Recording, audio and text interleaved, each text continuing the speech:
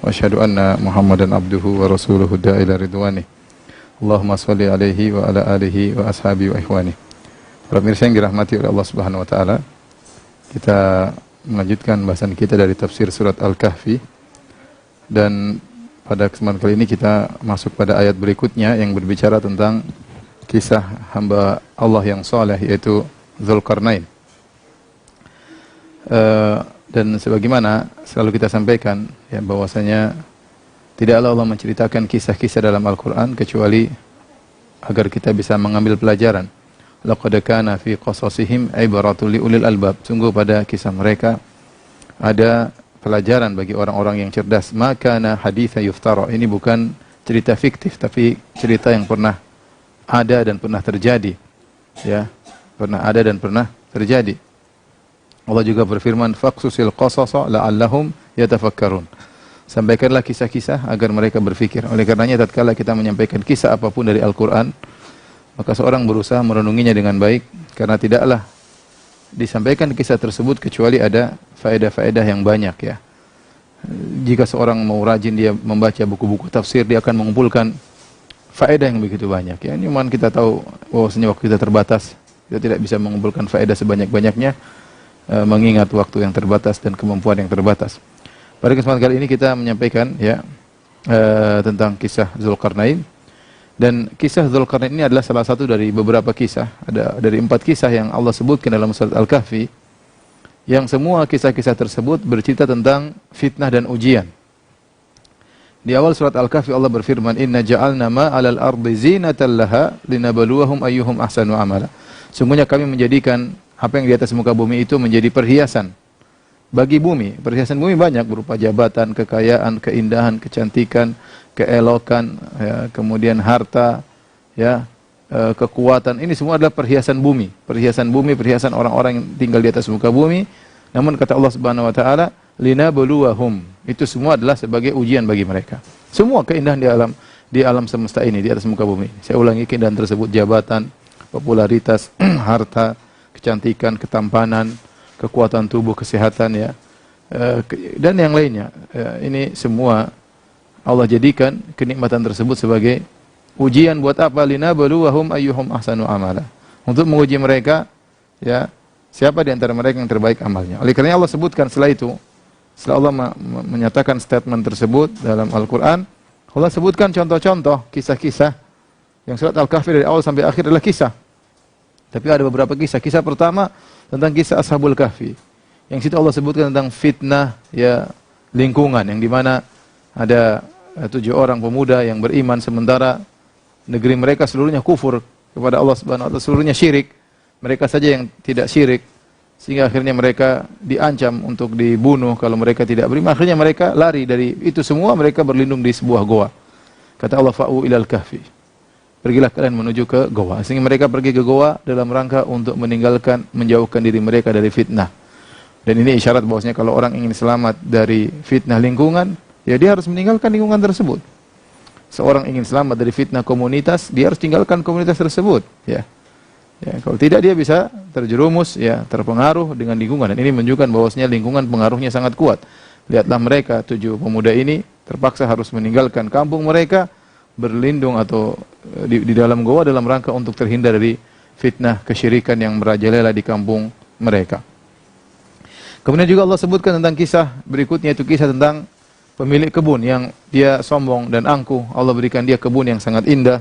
Ini sudah lewat semuanya. Saya hanya mengingatkan kembali tentang seorang yang diberikan kenikmatan yang luar biasa, kebun yang indah, kemudian di kebun tersebut mengalir sungai-sungai, anggur, korma dan sebagainya. Kemudian dia ujub dengan kebun yang dia miliki tersebut, dia merasa itu hasil perbuatan dia.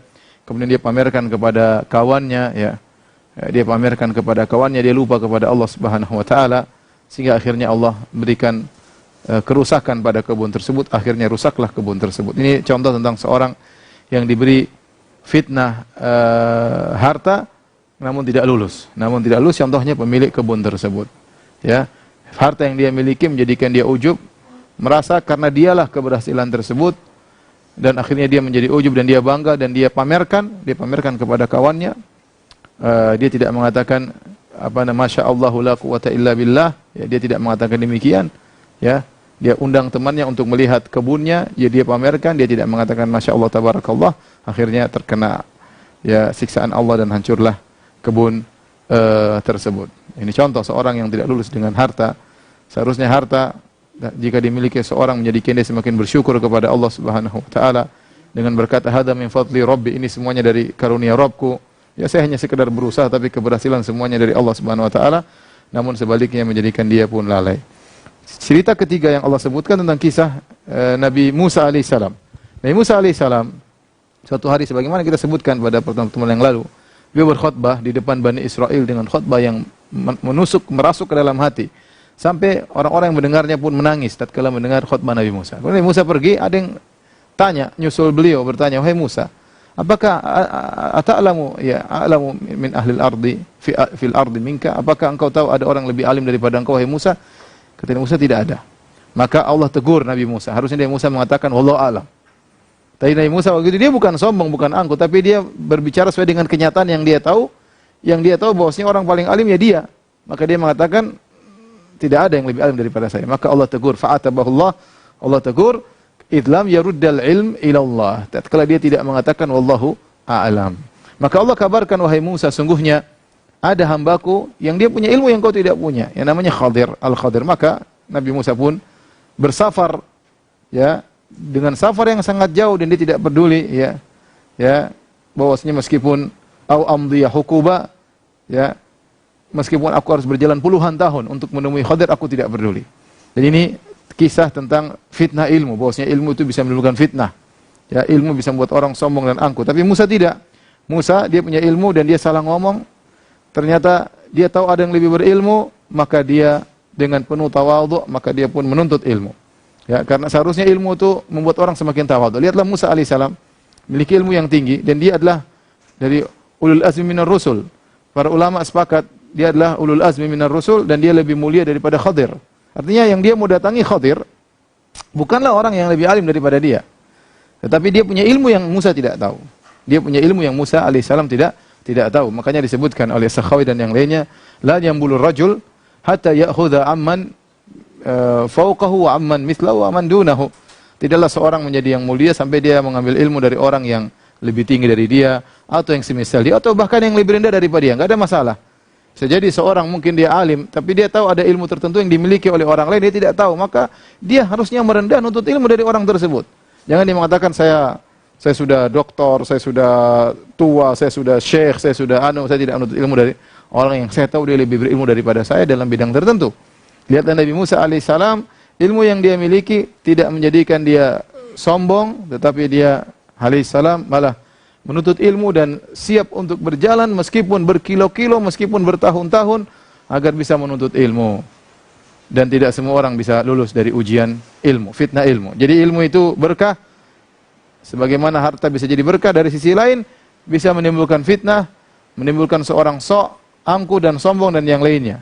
Ya, maka tatkala kita belajar tentang kisah Nabi Musa bertemu dengan Nabi Khadir, kita mengerti bahwasanya seharusnya seorang berilmu seperti Nabi Musa alaihissalam yang rela melakukan rihlah, perjalanan jauh bersafar dalam rangka menuntut ilmu. Padahal Nabi Musa alaihissalam sudah punya ilmu cukup. Ilmu cukup untuk mengatur Bani Israel. Kata Tahir bin Ashur, ilmu yang Nabi Musa cari dari Nabi Khadir tidak berkaitan dengan pengaturan Bani Israel. Ilmu untuk dirinya bertakwa kepada Allah, untuk mengatur Bani Israel sudah cukup. Tetapi Nabi Musa haus tentang ilmu. Ya, dengan ilmunya yang tinggi dia tawadhu, kemudian dia datang kepada Nabi Khadir dalam rangka menuntut ilmu. Maka sebagaimana pepatah orang Indonesia, ya padi itu semakin berisi semakin merunduk. Padi semakin berisi semakin merunduk, maka demikianlah ilmu. Semakin seorang berilmu bukan semakin angkat kepala, tapi dia semakin sadar bahwasanya dia semakin banyak pertanggungjawaban di sisi Allah Subhanahu wa taala. Dia harus banyak ilmu yang harus dia zakatkan, dia harus lebih bertakwa daripada yang lainnya dan banyak kelaziman konsekuensi dari seorang yang memiliki ilmu sehingga membuat dia semakin menunduk di hadapan orang lain yang tidak angkuh. Kemudian kisah yang keempat, kisah yang terakhir yang Allah bawakan dalam surat Al-Kahf adalah kisah Nabi Musa dan Nabi Khadir. Adalah kisah Zulkarnain, sebagian ulama seperti Al-Biqai menyebutkan rahimahullah taala, apa kaitannya kisah Nabi Musa dengan kisah Dzulkarnain? Dua-duanya melakukan perjalanan. Dua-duanya melakukan perjalanan. Subhanallah, semuanya Ashabul Kahfi melakukan perjalanan lari ke goa. Kemudian Nabi Musa melakukan perjalanan untuk ilmu. Kemudian Dzulkarnain melakukan perjalanan untuk mengelilingi bumi dalam rangka berdakwah. Dalam rangka berdakwah. Namun penyebutan kisah Nabi Musa didahulukan daripada Dzulkarnain. Kenapa? Karena kata Al-Biqai, karena nuntut ilmu itu adalah asas. Nuntut ilmu adalah pondasi. Pondasi mau jadi apapun, nuntut ilmu itu lebih penting. Mau jadi raja seperti Dzulkarnain harus butuh ilmu. Sebelum berjihad, sebelum melakukan perjalanan, ya, maka hendaknya memiliki ilmu. Itulah kenapa didahulukan penyebutan kisah Nabi Musa yang berjalan menuntut ilmu sebelum kisah Dzulkarnain. Taib. Adapun kisah Dzulkarnain berbicara tentang fitnah yang lain, fitnah keempat, fitnah jabatan.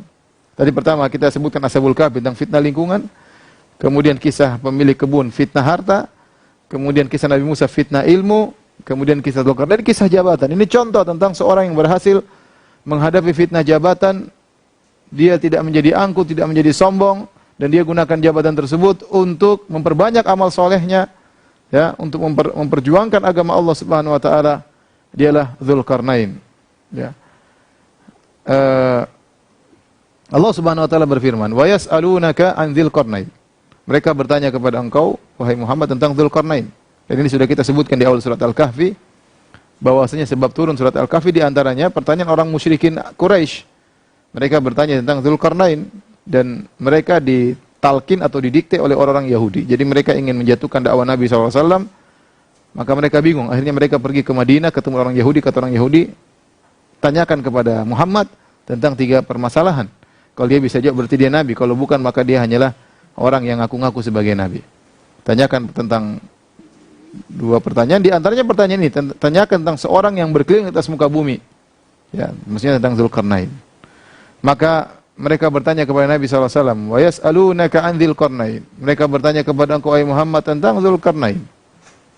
Pertanyaan datang kepada Nabi SAW untuk membuktikan Rasulullah itu seorang Nabi atau bukan. Ya. Taib. Kata Allah Subhanahu wa taala, "Qul sa'atlu 'alaikum minhu dzikra."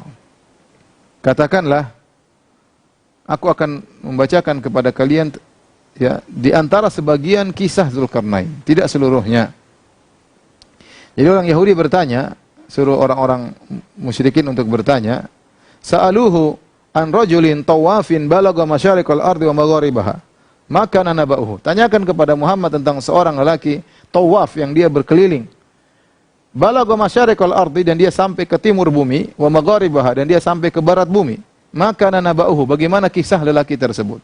Pertanyaannya begitu saja, kisah lelaki tersebut tidak dijelaskan zamannya kapan, ciri-ciri yang lebih detail juga enggak ada tentang lelaki yang berjalan sampai ke timur ke barat bumi.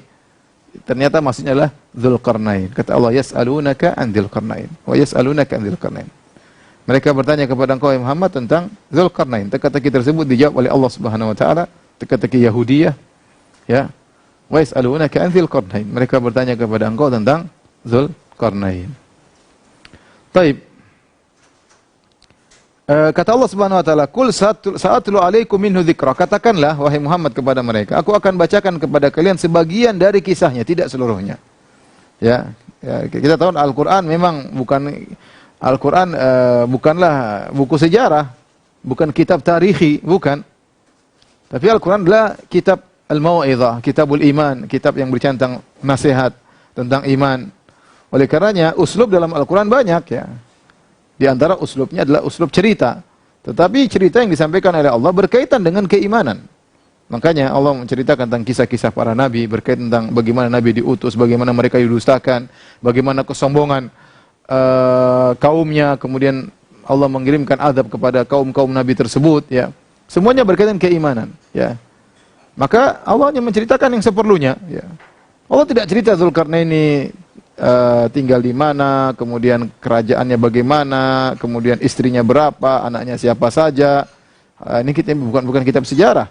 Al-Quran bukan kitab sejarah. Al-Quran juga bukan kitab sains. Ya, Al-Quran adalah kitab iman dan takwa.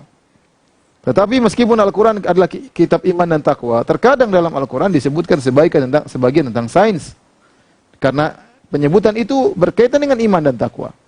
Ya, seperti Allah menyebut tentang proses bagaimana janin dalam perut, agar mengingatkan bahwasanya kalian tuh begini dulu supaya kalian bertakwa. Jadi penyebutan sains itu sekedar hanya untuk pelengkap agar beriman dan bertakwa. Bukan maksud Allah untuk menjelaskan sains dan teknologi. Ya, ketika itu tidak. Sama ketika Allah menyebutkan tentang Zulkarnain, Allah ingin menjawab teka-teki Yahudi tersebut, dan dalam rangka kita mengambil pelajaran dari kisah Zulkarnain, maka Allah sebutkan poin-poin yang penting yang cukup. Allah tidak sebutkan secara detail Zulkarnain itu siapa, karena Al-Quran bukan kitab sejarah. Ya, ada yang bilang kenapa Al-Quran tidak lengkap? Ini tidak perlu lengkap. Ini kitab suci yang mau dibaca oleh hamba-hamba Allah Subhanahu Wa Taala. Ya, maka tidak perlu detail seluruhnya. Lagi pula kalau Allah detailkan seluruhnya, maka selain berubah dari kitab suci menjadi kitab sejarah, juga perkara gaib akan hilang. Ya, kalau ternyata Allah sebutkan secara detail-detailnya, maka orang semua langsung beriman kepada Al-Quran. Dan sehingga yu'minuna bil ghaib, sifat orang beriman kepada yang gaib akan hilang. Ya, kalau semua dibongkar rahasia oleh Allah Subhanahu Wa Taala, maka tidak ada yang kufur kepada Allah, semuanya akan beriman kepada Al-Quran. Dan itu menghilangkan dari hikmah ujian. Bukankah kita diciptakan untuk diuji? Ya, ya, kalau Al-Quran kemudian membongkar semuanya tentang masa depan, semuanya terjadi secara detail, tahun sekian terjadi begini, ya semua orang akan masuk Islam kalau begitu. Dan itu menghilangkan tujuan dari Allah menciptakan manusia adalah untuk diuji. Oleh karenanya Allah mengatakan, "Qul sa'atlu 'alaikum minhu dzikra." Katakanlah aku akan mengabarkan kepada kalian tentang Zulkarnain sebagian kisahnya. Taib, siapakah Zulkarnain ini? Ya. Kalau kita baca penjelasan para ulama, ya, maka tidak ada yang tegas siapa Zulkarnain tersebut. Ya. Tetapi sebelumnya para ulama khilaf, Zulkarnain ini nabi atau raja? Dia adalah seorang nabi atau raja? Ada riwayat dari Ali bin Abi Thalib radhiyallahu ta'ala anhu, tatkala dia ditanya tentang Zulkarnain, maka beliau berkata, "Lam yakun nabiyyan wala malakan, walakin kana 'abdan salihan." Zulkarnain bukanlah nabi dan Zulkarnain bukanlah malaikat, tetapi adalah seorang hamba yang saleh, hamba yang saleh. Ya. Ini yang dikuatkan oleh sebagian ulama, ya, bahwasanya Zulkarnain adalah seorang hamba yang saleh, itu raja. Memang ada khilaf yang kuat, apakah dia nabi atau raja. Dulu pendapat kuat, apakah dia nabi atau dia raja. Ini khilaf yang kuat di kalangan para ulama. Sebagian ulama mengatakan bahwasanya dia adalah nabi, sebagian ulama mengatakan dia adalah raja. Sebagian ulama mengatakan wallahu alam. Ya. Kenapa? Datang dalam satu hadis Rasulullah SAW bersabda, ya, "Wa ma adri Uzairun nabiyyun huwa am la." Saya tidak tahu Uzair yang Allah sebut dalam Al-Qur'an itu nabi atau bukan. "Wa ma adri Dzulqarnain nabiyyan kana am la." Dan saya tidak tahu Dzulqarnain itu nabi atau bukan. "Wa ma adri al-hududu kafaratun li ahliha am la." Dan saya tidak tahu apakah hukum had yang ditegakkan, rajam dan yang lainnya menghapuskan dosa-dosa pelakunya atau tidak. Sehingga Nabi mengatakan, "Wala adri Dzulqarnain nabiyyan am la." Nabiyyan kana am la. Saya tidak tahu Dzulqarnain itu nabi atau bukan. Berarti Nabi tidak tahu Dzulqarnain nabi atau bukan. Kalau Nabi tidak tahu, maka kita lebih utama untuk tidak tahu. Ini pendapat sebagian ulama. Namun hadis ini yang mengatakan Nabi saya tidak tahu apakah Dzulqarnain itu nabi atau bukan, diperselisihkan oleh para ulama tentang kesahihannya. Sebagian ulama mensahihkan, sebagian ulama mendhaifkan, seperti Ibnu Katsir dalam Al-Bidayah wan Nihayah mendhaifkan hadis ini. Kalaupun kata mereka kalaupun sahih, bukan berarti Nabi tidak tahu selama-lamanya. Itu Nabi bercerita suatu saat Nabi bilang saya tidak tahu dia nabi atau bukan, kemudian Allah kabarkan dia nabi atau raja. Wallahu alam bisawab. Ya, karena setelah itu Nabi mengatakan wala adri al-hudud kafaratun li ahli amla, karena saya tidak tahu apakah penegakan hukum had, rajam dan yang lain yang menghapuskan dosa-dosa pelakunya atau tidak. Ternyata dalam hadis yang lain Nabi jelaskan bahwasanya hukum had itu bisa menghapuskan dosa-dosa. Berarti Nabi mengabarkan tentang hal tersebut. Ini sama seperti Nabi waktu bertemu dengan Ibnu Sayyid, Nabi mengatakan saya tidak tahu dia Dajjal atau bukan. Kemudian setelah itu Nabi kabarkan di kemudian hari Dajjal akan muncul menjelang hari kiamat. Ya. Jadi Allah alam bisawab, pendapat cuma dua, ya, nabi atau raja. Dua-duanya menunjukkan Dzulkarnain adalah orang yang mulia. Para ulama mengatakan bahwasanya ada 4 orang yang memiliki kekuasaan yang luas, ya. 2 mukmin dan 2 kafir. Yang 2 kafir tersebut adalah Namrud dan Bukhtanasar. Ya, Namrud dan Bukhtanasar. Bukhtanasar dari Babil, ya, Babilonia. Ya. Namrud juga dari Babilonia, dari Irak. Memiliki kekuasaan yang sangat luas. Adapun yang mukmin 2, Sulaiman alaihissalam dan Dzulkarnain. Sulaiman dan Dzulkarnain. Taib. Kemudian pertanyaan berikutnya, kenapa Dzulkarnain disebut dengan Dzulkarnain? Dzulkarnain secara bahasa Arab artinya pemilik 2 tanduk. Al-Qarn dalam bahasa Arab artinya tanduk. Qarnaini 2 tanduk. Dzu al-Qarnaini. Pemilik 2 tanduk. Kenapa disebut pemilik 2 tanduk? Kalau kita baca perkataan para salaf, maka kita dapati khilaf yang kuat di kalangan mereka dan kita tidak tahu mana yang lebih kuat. Namun ada yang mengatakan kenapa disebut dengan pemilik 2 tanduk? Karena dia benar-benar punya tanduk. Ada yang mengatakan dia benar-benar punya tanduk. Dia manusia yang memiliki tanduk. Ada yang mengatakan tidak. Tetapi Dzulkarnain memiliki 2 kepang. Dia memiliki kepang, kalau dia berperang maka nampak kepangnya 2. Dia kepangkan rambutnya menjadi 2. Dan itu kebiasaan orang-orang Arab dahulu juga demikian. Rasulullah SAW juga pernah mengkepang rambutnya. Ya, kalau sekarang karena mereka memiliki rambut panjang, ya. Dzulkarnain mengkepang rambutnya menjadi 2 kepang sehingga dikatakan Dzulkarnain. Ada yang mengatakan Dzulkarnain disebut dengan 2 tanduk karena dia berjihad kemudian dia dibunuh oleh orang, ditikam kepada salah satu kepalanya sehingga dia meninggal dunia, kemudian Allah bangkitkan dia lagi, dia berperang, ditikam lagi di bagian kepala satunya. Seakan-akan dia memiliki 2 bekas tikaman di kepalanya dan meninggal karena mati syahid berjihad di jalan Allah Subhanahu wa taala. Ada yang mengatakan dia memiliki 2 tanduk, kenapa? Karena dia diibaratkan dengan seorang yang hebat yang bisa menanduki siapa saja. 2 tanduk ibarat dari orang yang pemberani, karena dia adalah seorang yang sangat pemberani. Ada yang mengatakan Dzulkarnain memiliki 2 tanduk karena dia telah menaklukkan Persia dan Romawi. 1 tanduk mewakili Persia, 1 tanduk mewakili Romawi. Ada yang mengatakan dikatakan Dzulkarnain karena dia telah mencapai Maghrib Syamsi wa Matli' Syamsi, telah mencapai bagian bumi paling barat dan bagian bumi paling timur kekuasaannya. Maka disebut dengan Dzulkarnain, dan ini pendapat yang dipilih oleh Syekh Utsaimin rahimahullahu taala. Wallahu a'lam bishawab. Intinya dia seorang yang memiliki kekuasaan yang luas. Baik, siapakah Dzulkarnain ini? Mungkin ada yang bertanya, kenapa tidak Allah jelaskan tentang sejarahnya, siapakah dia, tahun berapa? Saya katakan tadi, ini Al-Qur'an bukan kitab tarikh, bukan kitab sejarah. Dan siapakah orang ini? Apakah sejarah mencatat? Saya katakan tidak semua orang yang hebat dicatat sejarahnya. Sulaiman alaihissalam yang begitu hebat, sejarahnya pun tidak detail. Bagaimana dia bisa ngomong sama hewan? Kita tahu itu dari Al-Quran. Ya, kita tahu itu dari Al-Quran. Bisa bicara dengan hewan dan kehebatan yang lainnya. Ya. Tidak disebutkan dalam buku-buku sejarah. Ya, padahal kekuasaannya luas waktu itu Nabi Sulaiman alaihissalam. Nah, sejarah bisa hilang. Tidak seperti zaman sekarang bisa didokumentasi lewat HP, lewat macam-macam. Zaman dulu nggak ada seperti itu, nggak ada alat-alat yang canggih sehingga sejarah mungkin dicatat kalau nggak prasasti atau hilang atau yang lainnya, terkena dalam peperangan, hancurlah buku-buku sejarah. Bisa juga sejarah tersebut hilang dengan bencana alam dan banyak sebab. Tapi kita yakin bahwa ini pernah terjadi meskipun kita nggak tahu siapa persis Dzulkarnain tersebut. Sebagian ulama dan banyak ulama berpendapat Dzulkarnain adalah Iskandar Al-Makedoni atau Alexander bin Philips, ya. Alexander Philips, yang dia adalah seorang yang berasal dari daerah Makedonia di Yunani, yang dia hidup sekitar 300 tahun sebelum Masehi, sebelum lahir Nabi Isa alaihissalam. Ya, ketika bapaknya meninggal, kemudian dia pun menguasai Yunani, akhirnya dia memperluas ke daerah kekuasaannya sampai ke timur dan ke barat. Dan dialah Iskandar Agung, Alexander, ya. Yang dikatakan bahwa dia tidak pernah kalah dalam peperangan.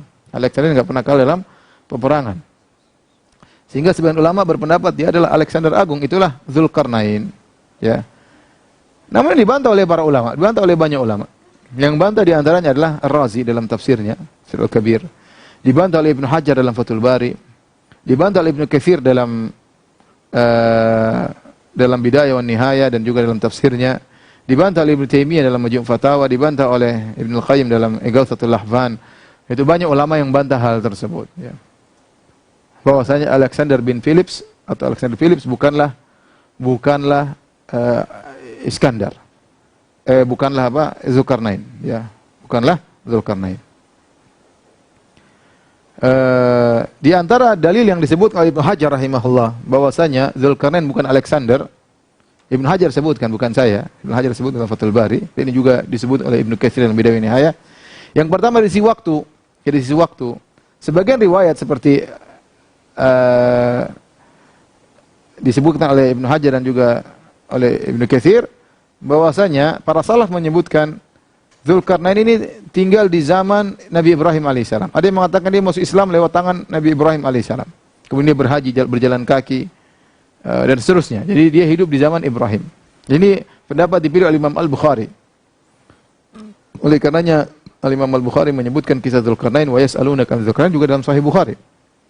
Sebelum Ibrahim, sebelum kisah Ibrahim. Seakan-akan bahwasanya Zulkarnain di masa Ibrahim. Oleh karenanya Ibnu Hajar merajihkan bahwasanya Zulkarnain yang dimaksud oleh Allah hidup di zaman Nabi Ibrahim alaihissalam. Dan itu ribuan tahun sebelum Masehi. Ini sementara Alexander Agung, Alexander Philips ini hidup di sekitar 350-an, 350-an tahun sebelum Masehi. Sehingga jarak ribuan tahun antara Alexander Agung dengan Zulkarnain. Sehingga Zulkarnain bukan Alexander. Ini perbedaan pertama. Perbedaan kedua, Ibnu Hajar mengatakan bahwasanya Alexander ini kafir. Zulkarnain muslim mukmin. Yang kedua, ternyata Alexander ini punya menteri namanya Aristoteles. Dan Aristoteles ini kafir.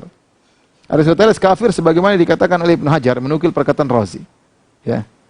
Saya bacakan perkataan Ibnu Hajar tentang Alexander Agung dengan Aristoteles menterinya. Kata Ibnu Hajar dalam Fathul Bari, qala Fakhrur Razi fi tafsirihi, kana Dzulqarnain nabiyyan wa kana al-Iskandar kafiran. Wa kana muallimuhu Aristoteles wa kana ya'tamiru bi amri wa huwa minal kuffari bila syak. Perhatikan.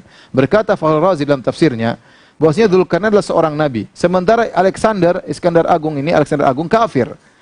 Dan gurunya Aristoteles yang Iskandar atau Alexander ini ikut perintahnya, ikut titahnya. Wa huwa minal kuffar bila syak, dan Aristoteles termasuk orang-orang kafir tanpa keraguan. Karena memang Aristoteles bukan orang kafir. Dia seorang Yunani, bukan beragama Nasara, bukan beragama Yahudi, bukan beragama Muslim. Dia kafir. Ya. Dia kafir. Ya. Kemudian saya buka tafsir Al-Kabir milik Ar-Razi. Ini suatu menakjubkan. Ar-Razi ini seorang tokoh Asy'ariyah yang sangat mengagumkan Aristoteles. Tapi dalam kitabnya Tafsir Al-Kabir dia menjelek-jelekan Aristoteles. Wallah alam, ini apakah beliau sadar di penghujung hayatnya? Ini perlu dicek kembali. Tapi dalam bukunya Asas Taqdis dia mengagungkan Aristoteles. Ya, dan Aristoteles adalah tokoh yang sangat dikagumi oleh orang-orang ahli filsafat. Ya. Berkata Ar-Razi, "Illa anna fihi ishkalan qawiyan wa huwa annahu kana tilmidha Aristoteles." Orang yang mengatakan bahwasanya Dzulqarnain adalah Iskandar atau Alexander, Iskandar bahasa kita, Alexander bahasa Yunani itu Inggris ya. Orang yang mengatakan Dzulqarnain adalah Alexander Agung, ya, ini menimbulkan keganjilan yang besar, iskalan qawiyan. Kenapa? Karena Alexander ini muridnya Aristoteles, kata dia. Bukan orang beriman. Al-Hakim Aristoteles, orang yang wise man, orang bijak, orang filsuf. Wa kana ala madhhabihi, dan Alexander berada di atas pemikiran Aristoteles. Fata'dhimullahi iyyahu yujibul hukma bi anna madhhab Aristoteles haqqun wa sidqun wa dzalika mimma la sabila ilaihi wallahu alam. Kata beliau, berarti kalau kita lihat Allah mengagungkan Dzulqarnain, sementara kalau Dzulqarnain adalah Alexander, berarti Allah mengagungkan Alexander. Dan kalau Alexander diagungkan oleh Allah, berarti menterinya benar, berarti Aristoteles benar, dan itu tidak mungkin, kata Fakhrul Razi. Berarti dia mengatakan Alexander bukan Dzulqarnain. Jadi intinya Ibnu Hajar menyebutkan dua dalil bahwasanya Alexander Agung bukan Dzulqarnain. Kenapa? Dzulqarnain seorang nabi atau seorang hamba yang saleh dan dia hidup di zaman Nabi Ibrahim alaihissalam. Berbeda, sementara Alexander Agung sekitar 4 abad sebelum atau 3 abad sebelum Nabi Isa alaihissalam, sebelum Masehi. Kemudian yang kedua, Alexander Agung kafir, kata Ibnu Hajar dia kafir, dan gurunya Aristoteles juga kafir. Sementara Dzulqarnain adalah seorang hamba yang saleh. Intinya Alexander Agung bukanlah Dzulqarnain. Taib. Allah alam kita tidak tahu tentang Dzulkarnain ya. Tetapi Allah sebutkan ceritanya, kita baca cerita tersebut, kita yakin pernah ada raja seperti ini. Kita bacakan selanjutnya surat Al-Kahfi ayat 84. Kata Allah, "Inna yas'alunaka an Dzulkarnain qul sa'atlu 'alaikum minhu dzikra." Mereka bertanya kepada tentang Dzulkarnain, katakanlah aku akan sebutkan sebagian kisahnya. "Inna makanna lahu fil ardi wa atainahu min kulli syai'in sababa." Sungguhnya kami telah memberikan dia kedudukan di atas muka bumi dan kami berikan kepada dia segala sebab, segala suatu sebab. Kata Allah, "Wa atainahu min kulli syai'in sababa." Kami berikan dia kepada dia segala sebab. Itu segala kemungkinan yang buat dia menjadi raja tatkala itu. Di sini kullu syai'in min kulli syai'in, kulli syai' adalah lafal umum, memberikan faedah seluruh yang hendaknya dimiliki oleh seorang raja yang menjadikan dia hebat dimiliki oleh Dzulkarnain. Kalau kita mau bahasa kita bilang Dzulkarnain adalah raja yang perfect, raja yang sempurna, cerdas, jago, punya kekuatan yang hebat, ya, bertakwa kepada Allah Subhanahu wa taala, ya, bukan bahlul, bukan fasik, bukan goblok, bukan tidak punya kekuatan, tidak. Sempurna, semua Allah berikan kenikmatan kepada dia. Raja yang sempurna dialah Dzulkarnain. Namun apa yang dilakukan oleh Dzulkarnain dengan kelebihan yang Allah berikan kepada dia? Berdasarkan pendapat Ibnu Hajar dan Ibnu Katsir bahwasanya dia adalah murid dari Nabi Ibrahim alaihissalam. Maka dakwah tauhid masuk dalam hatinya dari Nabi Ibrahim alaihissalam. Maka dia pun berdakwah tauhid. Kata Allah, "Fa'atba'a sababa." Maka dia menempuh sebab. Sabab artinya sebab, artinya menempuh segala sarana prasarana yang membuat dia bisa berdakwah dan dia berjalan berkeliling menuju tempat yang sangat jauh. Kata Allah, "Hatta idza balagha maghribasy syamsi." Sampai akhirnya dia berjalan sampai menuju ke tempat terbenam matahari, yaitu bagian paling ujung barat bumi yang mungkin ditempuh. Saya ulangi. Dia berjalan terus ke arah barat, ke arah barat, ke arah barat, ke arah barat sampai menuju ke tempat yang paling ujung yang mungkin ditempuh dalam perjalanan. Disitulah dia mendapati matahari terbenam, artinya dia melewati banyak lokasi. Ada yang mengatakan lokasinya luas sehingga dia cek satu persatu. Ini seorang raja yang mengecek daerah kekuasaannya. Ada yang mengatakan Dzulkarnain berdakwah sehingga setiap dia lewati suatu kampung dia dakwai sampai dia menuju kepada tempat paling ujung. Wajadaha taghrubu fi ainin hami'ah. Dia mendapati matahari terbenam di suatu sumber air hami'ah. Hami'ah ada dua pendapat. Ada yang mengatakan hami'ah maksudnya panas dari hamiyah dalam qiraah fi ainin hamiyah, yaitu di mata air yang panas. Ada yang mengatakan hamiyah artinya tin aswad muntin, yaitu tanah yang hitam dan bau. Maksudnya apa? Maksudnya Dzulkarnain rahimahullah sampai pada suatu tempat yang sudah tidak bisa ditempuh lagi, sudah selesai di sini ujung dari perjalanan. Disitulah dia melihat kemudian matahari terbenam. Bukan matahari copot dari orbitnya masuk ke dalam situ laut, enggak. Tapi dia di penghujung laut tersebut memiliki seperti tanah yang hitam dan bau dan juga ada panas di situ. Disitulah lihat matahari terbenam di lautan tersebut. Di manakah lokasi ini? Wallahu alam bisawab. Allah tidak sebutkan. Kita enggak tahu. Dan banyak lokasi Allah tidak sebutkan. Ya, karena tidak perlu kita sebut dengan itu. Majma' al-Bahrain ini di mana dua lautan bertemu, Nabi Khadir, Nabi Musa juga enggak ada yang tahu, ya. Ashabul Kahfi juga goanya di mana enggak ada yang tahu juga, ya.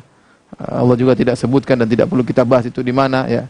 Kata Ibnu Katsir rahimahullahu taala, dan banyak tempat-tempat yang ada yang Allah sebut, ada yang Allah tidak sebutkan. Di antaranya Allah sebutkan di sini, dia sampai di dataran penghujung bumi yang tidak mungkin lagi ditembus setelah itu dan dia melihat matahari terbenam di tempat tersebut. Wajada indaha qauman. Tiba-tiba di sana dia mendapati suatu kaum. Mereka musyrik. Mungkin mereka terkenal melakukan kerusakan. Qulna, kata Allah, kami berkata, ya Dzulkarnain, wahai Dzulkarnain, imma an tu'adziba wa imma an tattakhidha fihi husna. Dua yang bisa kau lakukan wahai Dzulkarnain. Kau bisa mengadab mereka dan kau bisa berbuat baik kepada mereka. Subhanallah. Inilah yang dijadikan dalil oleh para ulama, sebagian ulama bahwasanya Dzulkarnain adalah nabi. Kenapa Allah mengatakan qulna ya Dzulkarnain? Kami berkata wahai Dzulkarnain. Seakan-akan Allah memberi wahyu langsung, Allah bicara langsung dengan Dzulkarnain. Dan ini pendapat yang kuat. Bahwasanya Dzulkarnain adalah seorang nabi. Dzulkarnain alaihi salam. Karena Allah berkata qulna ya Dzulkarnain. Wahai Dzulkarnain. Seakan-akan Allah bicara dengan dia. Sebagian ulama mengatakan tidak, Dzulkarnain adalah raja, hamba saleh, adapun maksudnya Allah bercerita, Allah kasih ilham kepada dia. Iman tu'adzib, kau mengadab, atau an tattakhidha fihi husna, atau kau berbuat baik kepada mereka. Allah serahkan pilihan kepada dia. Kenapa? Karena dia seorang raja yang cerdas, raja yang bijak, yang tahu sikap apa yang harus dia ambil menghadapi kaum yang seperti ini. Dua pilihan. Iman tu'adzib, kau azab mereka, perangi mereka, kau siksa mereka, atau kau tawan mereka. Zahirnya kata Ibnu Ashur bahwasanya mereka ini berhak untuk dihukum. Mungkin mereka melakukan kerusakan dan Dzulkarnain dengar, dapat laporan, maka dia datang, maka dia ingin beri hukuman. Ini pilihan pertama. Boleh, silakan hukumi mereka kata Allah Subhanahu wa taala. Yang kedua, wa imma anta takhidha fihim husna, atau yang kedua engkau tawarkan dakwah kepada mereka. Didakwahi dulu. Kalau beriman ya baik, kalau enggak beriman maka disiksa, ya, terserah. Apa yang dilakukan oleh Dzulkarnain? Diberi dua pilihan oleh Allah, ternyata Dzulkarnain pilih pilihan yang kedua. Pilih pilihan yang kedua. Ya. Kata Allah Subhanahu wa taala, Dzulkarnain berkata, qala amma man zalama fasawfa nu'adzibuhu tsumma yuraddu ila rabbih fayu'adzibuhu 'adzaban nukra. Dzulkarnain memilih pendapat kedua, dia dakwahi mereka. Dia ingatkan kepada mereka kaum tersebut. Siapa yang zalim itu siapa yang syirik? Karena zalim sini maksudnya syirik dengan kesepakatan para ahli tafsir.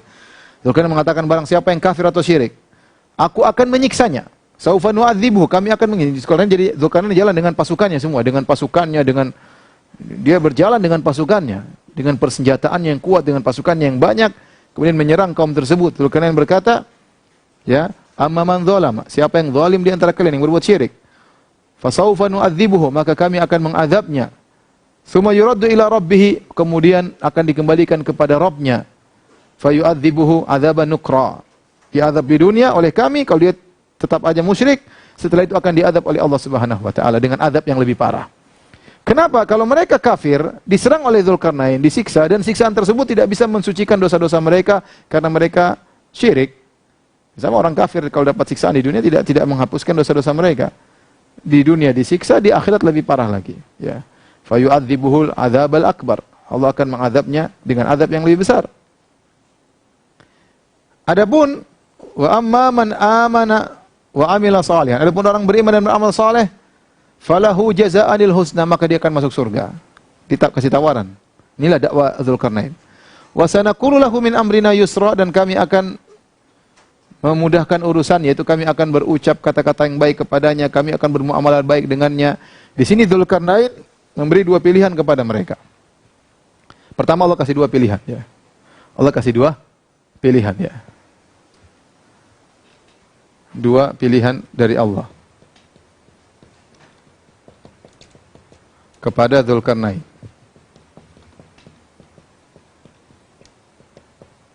Yang pertama, menyiksa mereka karena mereka kaum yang berhak untuk disiksa. Apakah dibunuh, apakah diperangi, atau dibunuh, ya, atau disiksa, atau ditawan, dan lain-lain. Yang kedua, mendakwahi mereka, berbuat baik kepada mereka.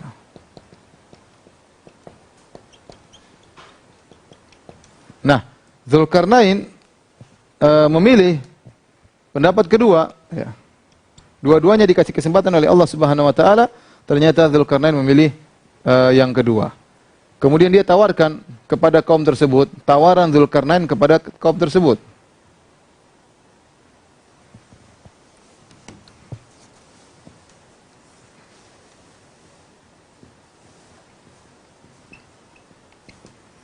Dzulkarnain kepada kaum kafir tersebut. Pertama, kalau beriman, kalau tetap kafir, maka ya disiksa di dunia. Kemudian oleh Dzulkarnain di akhirat disiksa lebih parah.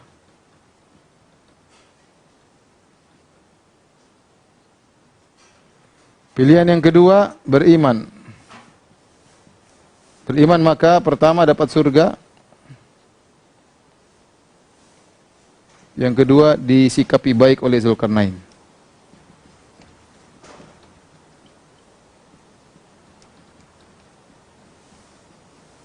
Cuma dua, terserah, kata Dzulkarnain, pilih yang mana, ya.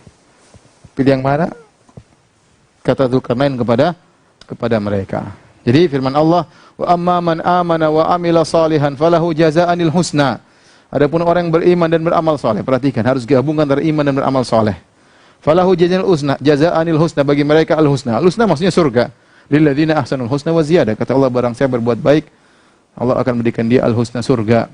Wa sanaqulu lahu min amrina yusra, dan kami akan memudahkan urusannya kepada mereka. Allah tidak kabarkan apa yang terjadi pada kaum tersebut. Intinya Dzulkarnain tawarkan kepada mereka dua pilihan tersebut, ya. Taib. Setelah itu Allah berfirman, "Tsumma atba'a sababa." Kemudian Dzulkarnain menempuh jalan yang lain lagi. Tadinya Dzulkarnain ke arah barat, sekarang ke arah timur. Terus berjalan dengan anak buahnya, dengan pasukannya, ya, dengan peralatannya, dengan alat perangnya. Hatta idza balagha matli asyamsi. Sampai dia menuju suatu tempat yang ujung di bagian timur bumi, tempat matahari terbit di sana. Wajadaha tatlu ala qaumin lam naj'al lahum min duniha sitra. Maka dia mendapati matahari, ya, muncul di suatu kaum yang kami tidak menjadikan antara mereka dengan matahari pembatas. Apa maksudnya kaum ini yang Allah tidak jadikan pembatas antara mereka dengan matahari? Ada beberapa pendapat. Ada yang mengatakan, jadi Dzulkarnain sampai berjalan ke ujung timur yang mungkin untuk ditempuh. Ada yang mengatakan kaum ini kaum Badui. Sehingga mereka tidak pakai baju, mereka biasa di bawah terik matahari, sehingga antara mereka dengan matahari tidak ada penghalang. Maksudnya demikian, mereka kaum Badui. Ya, mereka jauh dari tamadun, jauh dari perkotaan, tidak biasa punya rumah, sehingga mereka mungkin cuma di hutan, cuma di mana, tidur di bawah terik matahari, atau tidak punya baju. Ya. Ada yang mengatakan bahwasanya mereka tinggal satu dataran yang situ tidak ada rumah, tidak ada pepohonan, tidak ada apa-apa, yang tidak mungkin dibangun rumah karena rumah tidak stabil untuk dibangun di situ. Ada yang mengatakan demikian. Ada yang mengatakan mereka tidak punya rumah, mereka hanya tinggal di goa-goa. Ada yang mengatakan, ya, dan ini pendapat disebutkan oleh Syekh Sa'di rahimahullahu taala, bahwasanya mereka tinggal suatu tempat yang situ matahari tidak pernah terbenam, atau secara umum ada suatu masa di mana matahari tidak pernah terbenam.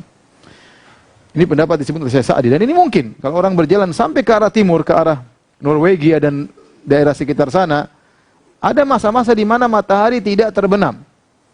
Sehingga orang-orang di sana, mereka mengkondisikan, mereka dalam rumah, dianggap jam 12 malam mereka tutup semua. Kalau nggak dibuat kondisi mereka nggak tidur. Saya ada kawan yang kerja di daerah sana, dia cerita, saat ada suatu masa di sana tidak ada, malam nggak ada. Sudah matahari terus nggak berhenti-berhenti. Terus bagaimana? Ya udah kita kondisikan aja. Kalau sudah jam 12 malam, kita anggap malam, tutup semua, matiin lampu, dibuat gelap-gelapan. Kalau enggak bisa tidur, karena matahari ada terus. Apakah ini maksud daerah seperti ini? Wallahu a'lam bishawab. Namun demikianlah disebutkan khilaf di kalangan para ulama. Ya. Setelah Dzulkarnain bertemu dengan mereka, kata Allah, kadzalik wa qad ahatana bima ladai khubra. Kadzalik, demikianlah. Apa maksud demikian di sini? Ada 2 atau 3 pendapat di kalangan para ulama. Namun pendapat yang lebih kuat maksudnya, demikianlah Dzulkarnain mensikapi mereka sebagaimana Dzulkarnain mensikapi kaum yang sebelumnya, yaitu mereka juga kafir, mereka juga musyrik. Maka Dzulkarnain tawarkan, mau beriman, ya, maka akan masuk surga dan kami akan bersikap baik kepada kalian, atau kufur, kami akan tangkap kalian, kami akan kasih hukuman, dan di akhirat dihukum dengan azab yang lebih pedih. Cuma 2 pilihan. Kadzalik, demikianlah Dzulkarnain mensikapi mereka juga sebagaimana terhadap sikap kaum yang sebelumnya. Kata Allah, wa qad ahatana bima ladai khubra. Dan kami sungguh telah mengetahui dengan ilmu yakin apa yang dimiliki oleh Dzulkarnain, kata Allah. Kekuatan yang dia miliki, keberanian yang dia miliki, pasukan yang dia miliki, persenjataan yang dia miliki, Allah tahu. Cuma Allah tidak cerita apa saja. Allah tidak cerita, tapi Allah tahu, kata Allah. Tidak perlu ceritakan bagaimana ininya, anunya, ya. Kemudian Dzulkarnain melanjutkan perjalanannya lagi. Entah ke arah mana. Mungkin tadinya ke arah horizontal, kemudian sekarang ke arah vertikal, entah ke mana. Tsumma atba'a sababa. Allah tidak menyebutkan ke arah timur, ke arah barat. Allah mengatakan tsumma atba'a sababa. Kemudian Dzulkarnain menempuh suatu perjalanan lagi. Hatta idza balagha baina saddaini. Tiba-tiba Dzulkarnain sampai di antara 2 gunung yang tinggi. Wajada min dunihima qauman. Di balik gunung tersebut, di balik 2 gunung tersebut ada kaum la yakaduna yafqahuna qaula. Ada suatu kaum yang hampir tidak bisa paham omongan orang lain. Dalam qiraah yang lain la yufqihuna qaula. Ya. Jadi mereka tidak pandai ngomong dengan orang lain dan mereka tidak paham perkataan orang lain. Hampir-hampir mereka tidak paham. La yafqahun wa la yufqihun. Mereka tidak pandai memahami apa perkataan orang, entah ini kaum dari mana, pokoknya Dzulkarnain berjalan ketemu dengan kaum seperti itu. Susah diajak ngomong. Ya, mereka tidak bisa mengutarakan dengan baik dan mereka juga tidak bisa memahami dengan baik. Tetapi akhirnya mereka terjadi saling paham di antara mereka. Akhirnya mereka berbicara kepada Dzulkarnain. Ada yang mengatakan, kok bisa? Bisa jadi Dzulkarnain memiliki kekuasaan yang besar, bisa jadi dia punya anak buah yang pandai bahasa mereka. Memiliki pandai bahasa mereka, atau bisa jadi kalau Dzulkarnain seorang nabi, Allah membuat dia bisa paham tentang bahasa mereka. Tapi intinya akhirnya terjadi dialog antara mereka dengan Dzulkarnain, orang-orang ini. Mereka berkata, qalu ya Dzulkarnain, inna Ya'juj wa Ma'juj mufsiduna fil ard. Wahai Dzulkarnain, sungguhnya Ya'juj dan Ma'juj telah sedang melakukan kerusakan. Mufsiduni isim fa'il, maksudnya melakukan kerusakan di atas muka bumi. Bikin kacau, menumpahkan darah, membunuh dan yang lainnya. Ya'juj dan Ma'juj. Ya'juj dan Ma'juj adalah manusia, ya, keturunan Nabi Adam alaihissalam, namun mereka kaum yang bengis yang melakukan kerusakan. Fahal naj'alu laka kharjan ala an taj'ala bainana wa bainahum sadda. Mereka berkata, wahai Dzulkarnain, maukah kami kasih kau upah? Kau bikinkan bagi kami benteng menghalangi mereka untuk sampai kepada kami. Para ulama mengatakan, sebenarnya tidak layak diucapkan pada Dzulkarnain. Dzulkarnain raja menguasai mereka. Menawarin raja saya kasih upah. Cuma mereka bingung, mereka khawatir mau bilang apa sama Dzulkarnain. Mereka khawatir Dzulkarnain tidak memenuhi keinginan mereka. Sehingga terpaksa mereka ingin memberikan apa yang mereka miliki. Ya sudah Dzulkarnain, yang kami punya ini, yang penting bikinkan kepada kami sad. Ya, Dzulkarnain tidak butuh dengan harta itu semua. Dia sudah kaya raya, dia sudah raja. Dunia dia kuasai, dia tidak butuh dengan pemberian mereka. Tapi itu mereka ucapkan karena sudah mau bagaimana lagi, yang penting mereka selamat. Mereka ada kumpulan harta yang mereka miliki, ya Dzulkarnain ambil ini semuanya, yang penting lindungi kami dari Ya'juj dan Ma'juj. Fahal naj'alu laka kharjan ala an taj'ala bainana wa bainahum sadda. Maukah kau buatkan bagi kami penghalang antara kami dengan Ya'juj Ma'juj? Apa kata Dzulkarnain? Qala ma makkanni fihi rabbi khairun. Apa yang Allah anugerahkan kepadaku lebih baik daripada upah itu semua. Aku tidak butuh itu semua, subhanallah. Ini seorang penguasa yang benar seperti itu. Ya, kalau dia sudah diberi kecukupan, ngapain dia mencari dunia lagi? Cari dunia mau sampai kapan mau cari dunia? Ya. Sementara demikianlah sebagian orang tidak puas dengan harta yang dia miliki. Ya. Kata Nabi sallallahu alaihi wasallam, "Lau kana li bani Adam wadiyani min dhahab labtagha thalithan. Wa ma yamla'u jawfahu ila turab." Kata Nabi, kalau seorang anak Adam, Bani Adam, manusia diberikan 2 lembah emas, dia akan mencari lembah emas yang ketiga. Dan tidak akan selesai sampai mulutnya dimasukin pasir baru meninggal baru selesai. Selama masih ada nyawanya, dia terus mencari lembah emas yang lainnya. Dzulkarnain, dia diberi kekuasaan dan tidak butuh dengan itu semua. Dia berkata, "Ma makkanni fihi rabbi khairun." Apa yang Allah berikan kepadaku lebih baik daripada upah kalian itu semua. Tapi saya mohon permohonan. Fa'inuni biquwwah, bantulah aku dengan sungguh-sungguh, dengan kekuatan. Aj'al bainakum wa bainahum radma, maka aku akan buatkan bagi kalian penghalang. Tapi bantu kami, ya. Dan ini kata para ulama, sikap yang baik dari Dzulkarnain. Dzulkarnain ingin membuat mereka merasa ini pertanggungjawaban bersama. Dia tidak mengatakan, wahai rakyatku tenang aja, saya yang kerjakan ini duduk manis, enggak. Tapi dia bilang, kalian juga bantu, ini proyek besar. Ini berkaitan dengan keselamatan kalian. Harus kerja sama, jangan kalian sendiri yang santai. Jangan saya yang kerjakan, kalian duduk manis nonton. Enggak, kita kerja bareng. Padahal Dzulkarnain juga bawa pasukan. Tapi dia ingin mereka juga ikut kerjasama dengan Dzulkarnain. Maka lihat apa yang dilakukan Dzulkarnain. Kata Dzulkarnain, atuni zubarul hadid. Datangkanlah kepadaku potongan-potongan besi. Hatta idza sawa baina sadafaini qala anfukhu. Kalau sudah kalian tumpuk besi tersebut sampai di antara 2 gunung, maka tiupkanlah api. Hatta idza ja'alahu naran, kalau kalian sudah bakar besi tersebut dan besi tersebut sudah menyala menjadi api, qala atuni ufrik alaihi qitra. Ambillah ya cairan tembaga, ya. Dan aku akan tuangkan di atas tumpukan besi tersebut. Ya. Jadi ini sering saya sampaikan, tetapi ini contoh bahwasanya teknologi yang ada di zaman Dzulkarnain sudah hebat, ya. Saya kasih gambaran, ya, misalnya ini ada 2 gunung. 2 gunung, ya. Taruhlah di sebelah sana ini daerah Ya'juj Ma'juj.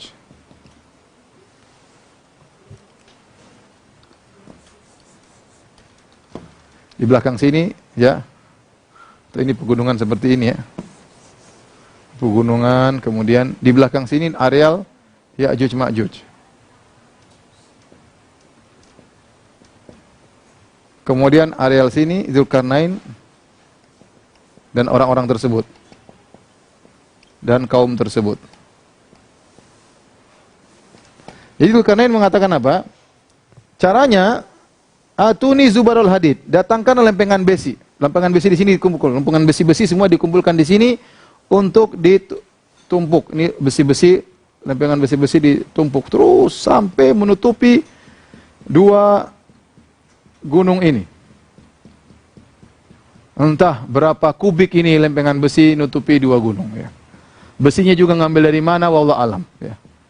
Bayangkan. Kita tidak bicara sumur, kita bicara tentang bukit yang sangat tinggi. Sebagian ulama mengatakan bahwasanya ini menunjukkan daerah ini daerah dekat sumber besi. Tapi kita bilang wallahu alam. Yang jelas Dzulkarnain suruh tumpukan besi. Setelah itu disuruh bakar. Entah bagaimana sistem bakar, suruh bakar ini besi-besi, nyalain api. Ya. Suruh nyalain api. Kata Dzulkarnain, "Unfukhu", nyalain api, bakar. Gimana? Pakai teknologi apa untuk bisa membakar besi yang berada di antara tumpukan dua gunung ini? Ini, wah, kemudian sampai hatta idza ja'alahu naran, sampai besi tersebut yang biru ini jadi merah. Besi berubah jadi besi jadi api. Ya. Jadi besi kalau sudah panas dia juga ikut membakar. Jadi panas. Ya. Entah ini berapa kilo, berapa kubik. Ya. Setelah itu kata Dzulkarnain, hatta idza ja'alahu naran qala atuni ufrik alaihi qitra. Datangkanlah cairan tembaga. Aku akan tuangkan ke sini. Bayangkan. Bagaimana cara menuangkan tembaga ke sini? Bagaimana ya cara menuangkan tembaga? Menuangkan tembaga panas. Yang sebelumnya lagi, bagaimana cara memanaskan tembaga?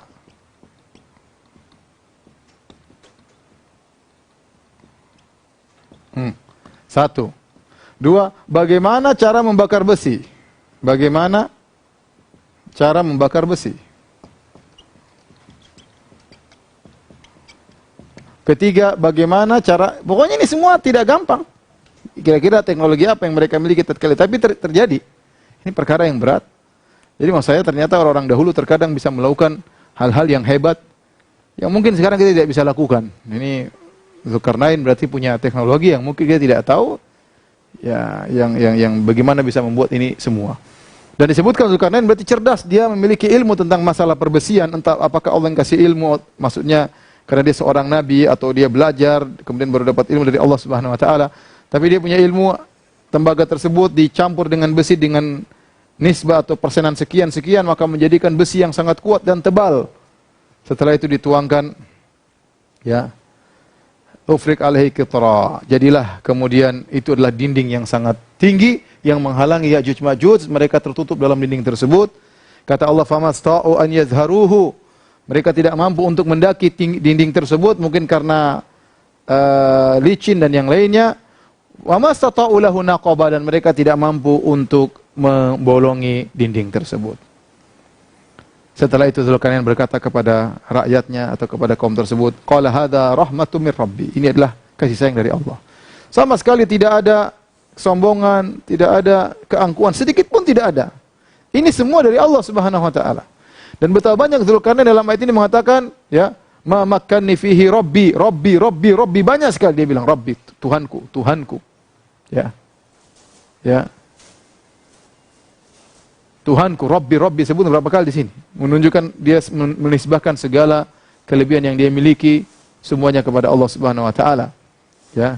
Sebagaimana perkataan Sulaiman, hadza min fadli Rabbi. Inilah karunia dari Allah Subhanahu wa taala. Liyabluwani ashkuru am akfur. Ini karunia Allah berikan kepadaku untuk mengujiku, aku ini bersyukur atau aku kufur. Jadi semakin tawadhu atau semakin angkuh. Kalau semakin tawadhu berarti bersyukur. Kalau semakin angkuh berarti ya kufur. Fa idza jaa wa'du rabbi ja'alahu dakka. Tapi jika tiba ketentuan Rabbku, ja'alahu dakka, maka tembok yang saya bangun ini semua akan luluh dan hancur. Wa kana wa'du rabbi haqqan. Dan janji Tuhanku itu pasti benar terjadi. Demikian saja para yang dirahmati Allah Subhanahu wa taala. Insyaallah besok kita lanjutkan lagi tentang kelanjutan dari surat Al-Kahfi tentang Ya'juj Ma'juj hingga akhir dari surat Al-Kahfi insyaallah.